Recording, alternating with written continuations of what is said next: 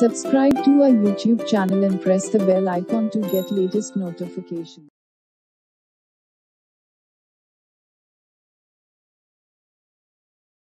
Assalamu alaikum dear Harvardians. I hope all of you are doing well. Let's start today's lecture. Last time we simply studied about the human reproductive aspects and finally we came to the topic fertilization. We saw that fertilization takes place in fallopian tube, then there is the implantation in the uterus and finally it gives rise to a fetus, after that a well developed embryo, and finally when there is a parturition there is simply a birth of a new young one. This fertilization actually has two types. Internal fertilization and external fertilization. In case of human beings, we see actually there occurs internal fertilization. Internal fertilization simply means when there is fusion of male and female gamete inside the body of human female. That means the process of fertilization actually takes place inside the body of human female. There will be deposition of male gametes inside the reproductive tract of a female organism, and then there will be process of fertilization taking place in same female organism. This is internal fertilization, which especially occurs in mammals and mainly human beings. Then we see that there is external fertilization as well. External fertilization means where there is fusion of male and female gamete outside the body of female. Here you will see the deposition of male gametes as well as female gametes will be outside the body of organisms. Especially there is requirement of water for external fertilization. You will see this external fertilization is actually seen in aquatic animals like frog. Best example is frog. You will see both male frog as well as female frog will deposit the gametes, male gametes as well as female gametes, and there are chances that they will show fusion in same water body where they are deposited by male frog as well as the female frog. Here the number of gametes deposited by male as well as the female is very high because this is going outside the body of human female. That is why gamete number should be very high, because there will be other agents that can harm the process of fertilization. This fertilization process won't be successful. That is why gamete number is very high. At least there will be a minimum number of gametes that can show fusion with the female gamete, and there will be formation of new offspring. This is how external fertilization takes place in some of the organisms like frog, etc. This was all about the human sexual reproduction. Now in case of human females, there is another related topic to the reproductive life, that is the menstrual cycle. Actual topic is menstrual cycle, which I am going to teach you today. What is menstrual cycle? In case of human female, you will see right from the age of puberty and up to the certain age there is reproductive life. That means there is a fixed stage in human female which we simply call as reproductive life of human female. This reproductive life in human female starts from the age of puberty or adolescence, that is 11 years, 12 years or 13 years. What happens actually at the age of puberty? You will see there will be release of different hormones in the body, and there will be maturation of primary sexual organs, and most important there will be start of gametes in the human female. When there is the start of human female, you will see there is actually a secondary sexual character development in human female, that is menstrual cycle, that starts at the age of adolescence as well. This menstrual cycle is defined as the changes in the reproductive organs, especially ovaries and uterus in human female, so that there will be release of female gamete ovum, and this cycle usually occurs after every 28 days. That means this is repeated after every 28 days or 30 days. Same changes will take place in the reproductive system of female, especially in ovaries and uterus. Again it will go for 28 days or 30 days, then again repeated. That is why it's called as cycle. It's called as cycle. We can simply define menstrual cycle as the changes taking place in the female reproductive system, especially ovaries and uterus, so that there will be the release of female gamete ovum, and there is also a flow which we call as menstrual flow. This whole aspect of cycle involves 28 days, and after every 28 days or 30 days it's repeated again and again, and thus we call it as menstrual cycle. The start of the menstrual cycle begins at the age of puberty, and it's called as menarche, that is when there is the first menstrual cycle shown by a human female, we call it as menarche. Fine. You will see when there will be the first menstrual cycle, there will be actually release of first ovum from either left ovary or right ovary.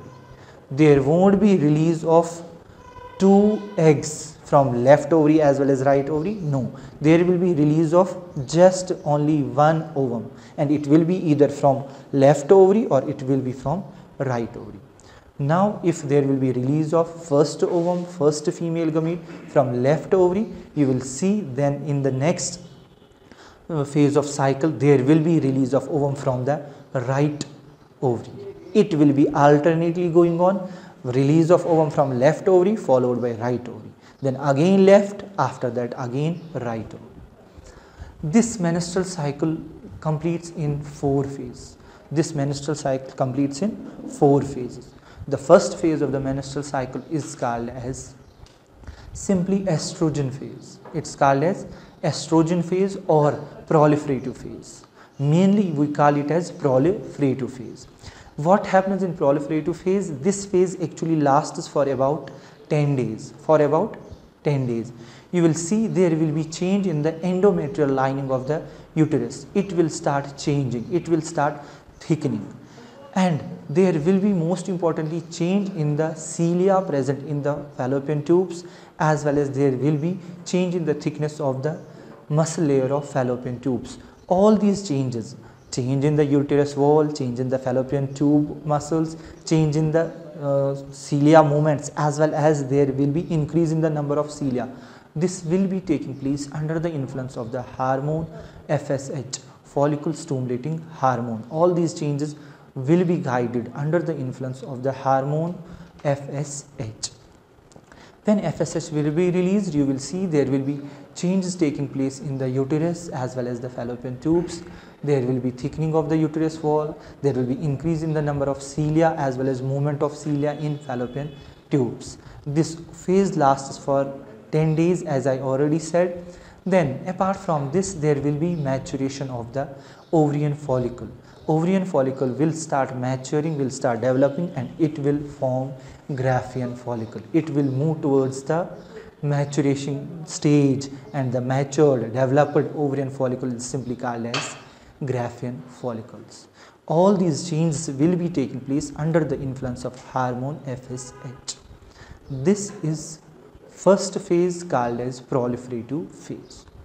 Then proliferative phase will be followed by the next phase, which we call as ovulatory phase, The second phase of menstrual cycle is ovulatory phase, in which there is the process of ovulation. Process of ovulation means the release of ovum from matured ovarian follicle, that is Graafian follicle. Simply Graafian follicle will rupture, there will be release of ovum. The ruptured Graafian follicle will form a structure called as corpus luteum, and ovum will move forward, in the fallopian tube. This is the first thing that occurs in the ovulatory phase, that is the process of ovulation, and ovulation occurs under the influence of hormone LH, that is luteinizing hormone. At the time of ovulation, you will see the thickness of uterus wall would be 3 to 4 mm thick, 4 mm thick, and there will be rise in the body temperature of human female. All these things will take place under the influence of hormone LH. This is ovulatory phase, and when ovum is released, you will see this ovum will move towards the fallopian tube, and in fallopian tube it will wait for sperm to get fertilized for about 24 hours. Then there will be the start of the third phase of menstrual cycle, which we call as secretory phase. During secretory phase, there will be high secretion of estrogen as well as progesterone from the structure which has been formed earlier, called as corpus luteum. Ruptured Graafian follicle forms corpus luteum. From that corpus luteum, there will be high secretion of estrogen as well as progesterone. These two hormones are really important for the maintenance of further processes in the cycle. You will see in secretory phase there will be high secretion of both the hormones, estrogen as well as progesterone. As you know, progesterone is the hormone which is called as pregnancy hormone, that maintains pregnancy for the gestation period. Here you will see that the thickness of the uterus wall has been changed now from 3 to 4 mm to 5 to 6 mm. Apart from it, you will see uterus wall itself gives a secretion called as uterine milk. This overall environmental change in the uterus is just to provide the nutritional environment for the fertilized ovum so that it will get successfully implanted in the uterus if fertilization will take place. That means in secretory phase, actually there is simply creation of the environment, creation of the nutritional environment, so that there will be successful implantation of fertilized ovum and it will get simply implanted successfully in the wall of the uterus. These overall changes are just for successful implantation if fertilization will take place. This phase lasts for about 13 to 14 days. Secretory phase lasts for about 13 to 14 days. Then if fertilization will take place, you will see there won't be the last phase of the menstrual cycle. But if fertilization will not take place, then there will be the last phase of the cycle, which is called as menstruation phase.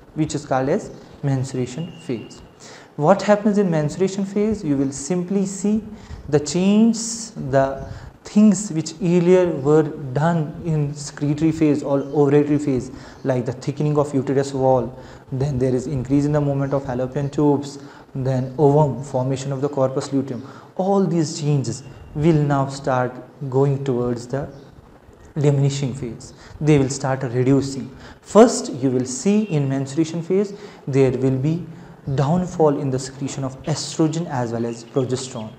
The low level of estrogen and progesterone will simply trigger that there will be less blood supply to the uterus wall. Due to this, you will see there will be sloughing off of the endometrial lining of the uterus. Then there will be also sloughing off of connective tissue cells, and there will be menstrual flow from the hymen present in the vagina, which is perforated for same purpose, that there will be menstrual flow. That means actually menstruational phase occurs when there is no process of fertilization in fallopian tube. You will see all the changes, the thickened uterus wall, then other nutritional changes that take place in the uterus. They will be starting destructed. They will be starting destructed by the normal mechanism going through the menstrual cycle. You will see all these changes finally will result in sloughing off of the uterus lining as well as some connective tissue, and there will be a menstrual flow, which is actually in the form of bleeding. When there will be the normal menstrual flow, it will consist of almost about 40 ml of blood and 35 ml of serous fluid. That will last for 2 to 3 days or 3 to 5 days. That means menstruation phase usually occurs for 3 to 5 days. Here you will see it will be completion of the menstrual cycle. Then after menstruation phase, there will be again repeatedly same first phase, which is proliferative phase. That will be followed by the ovulatory phase, again secretory phase. If fertilization will take place, then there will be stoppage of menstrual cycle for temporary period, then there won't be menstrual phase. But if fertilization will not take place, then again menstruation phase will take place, there will be menstrual flow, and again there will be a repetition of first phase, proliferative phase. All these phases usually take place in 28 to 30 days.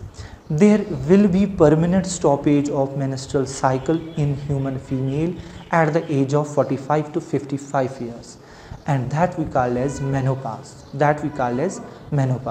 Menopause will start that there is now no formation of female gametes. It simply gives evidence that there will be no formation of female gametes in female organism. That means now there can't be process of successful reproduction. That means female cannot give birth to new young one because there is no formation of female gamete in the female organism. This menopause usually occur at the age of 45 to 55 years. This is about the menstrual cycle. Menstrual cycle is actually characteristic of primates. In non-primates, there is another cycle taking place which is called as estrous cycle, during which there is high production of heat and there is no menstrual flow taking place in the estrous cycle, which is seen in the non-primates. This is all about the menstrual cycle. I hope you got it. Now there is the last topic of the chapter, which is called as reproductive health and sexually transmitted disease.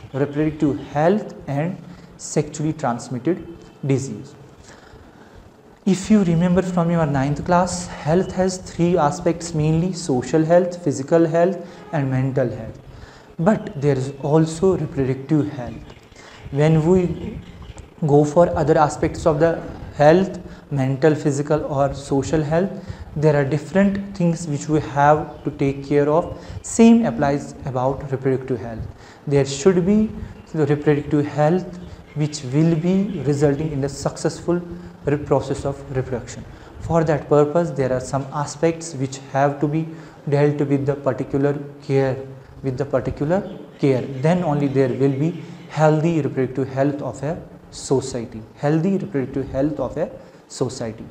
First and foremost, we have to see some aspects regarding the reproductive health, because this reproductive health is actually a particular period of life in which process of reproduction takes place. Right, in case of females it starts from puberty and ends at menopause, but in case of males it starts at the age of puberty and it can go up to the whole life. But there should be both the gametes, male as well as female gamete available, then only there will be process of reproduction completed. So to maintain the successful reproductive health, there should be a concern about some aspects like the marriage and the childbearing age should be at later stages of life. That is why, according to laws, the marriageable age is after 18 years and 21 years in case of females as well as males respectively. Not only this, there should be awareness at the level of secondary school education about the different aspects of reproduction, how it takes place, what are the advantages, what are the disadvantages, where we should be careful, where we should be more cautious. That every type of awareness should be enhanced at secondary school education curriculum. Then apart from this, there should be awareness about the unsafe sex, then illegal abortions, what can be the consequences of unsafe sex, what can be the consequences of illegal abortions that will result simply ill effects about the health of female organism, especially about the health of female organism. And apart from this, there should be concerned about reproductive health from WHO, World Health Organization, and also there should be some national policies which will we guide the reproductive health of the society. Like we have Indian population policy or national population growth policies, which simply aware people about the different aspects of the life. Then there is one more aspect which is really important for the successful reproductive life, that is sexually transmitted disease. All of you are aware of the fact that there are different disease, infectious disease and non-infectious disease, or we called communicable disease and non-communicable disease. Mostly communicable disease are separate from patient to the healthy person through different routes: air, water, physical contact. But there are some infectious disease or communicable disease which particularly get transferred from one individual, infected individual, to the healthy individual because of the sexual contact, and we call those diseases as sexually transmitted disease. The disease which are transferred from infected person to a healthy person due to sexual contact is called as sexually transmitted disease or venereal disease. Sexually transmitted disease or venereal disease. In case of sexual transmitted disease, main contact through which disease can transfer from infected person to healthy person is sexual contact, but they can also spread through other means as well. All these aspects and some sexually transmitted disease would be dealt in the next lecture. Till then, stay safe, stay good.